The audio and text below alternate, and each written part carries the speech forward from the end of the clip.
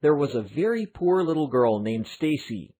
Not only was she poor, but she does not have any family members except for her grandfather, who never ever pays any attention to her except to feed her, because grandfather does not care for her.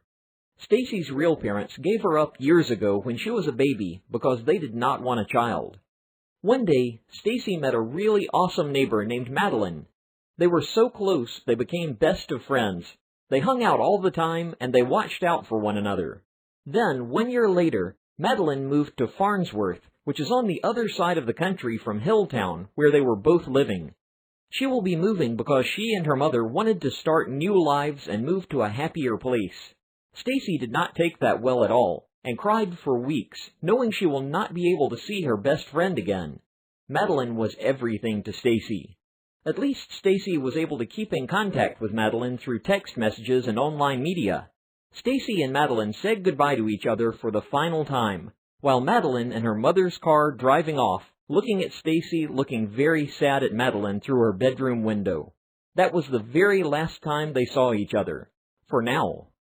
A few weeks later, when Stacy went home from school, she went inside the house and saw a note that her grandfather has moved away from the house for good, and that Stacy was on her own. Stacy had cried for hours, knowing her best friend had moved away, and now her grandfather had also moved away, and this time she did not know where her grandfather went to, and neither did she care about her grandfather. A few days later, Stacy was so lonely and did not have much money in her pocket. Poor girl, 8 years old, and did not have that much money for food or family members to take care of her. Stacy decided to start looking for Madeline, the only person who really cared for Stacy and her closest friend in the whole wide world. Stacy knew where Madeline moved to, so Stacy started going on a long trail to Madeline's new town. After 4 weeks of walking through forests, jungles, on the road, and through stormy weather, Stacy finally made it to Madeline's new town. She texted Madeline and said that she was so sorry, but she was so lonely, and that she went through all these weeks trying to find Madeline's new town, and that she is coming for Madeline so that they can be reunited. Angry and creeped out that Stacy went through all that trouble to track her down, Madeline texted her back this message. "Sure thing. My address is 43594 Hellenberg Street. See you soon, stalker." When Stacy finally made it to Madeline's new house, Madeline and her mother were very upset and creeped out that Stacy would go through all that trouble just to see Madeline again, as Stacy explained how after Madeline left, that a few weeks later her only family member, her grandfather, had moved away from Stacy and did not tell her where he moved to. Stacy also explained to them how she barely had any money to survive and had no one to look out after her at 8 years old.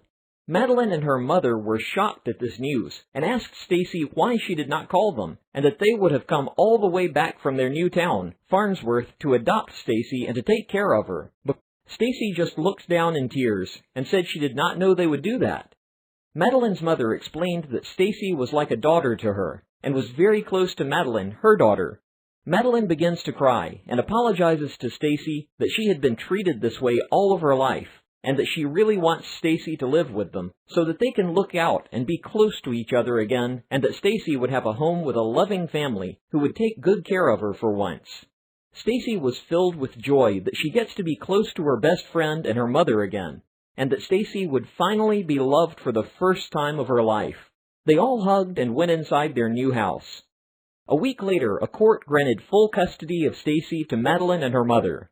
Stacy was officially adopted into Madeline's family, and Stacy, Madeline, and her mom were very close and loved and cared for one another for the rest of their lives.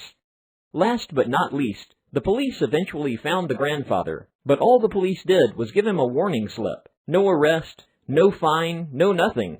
And the grandfather said, "Whatever. This girl was cool, but I'm glad that she is with somebody who truly cares for her. But I am not that person."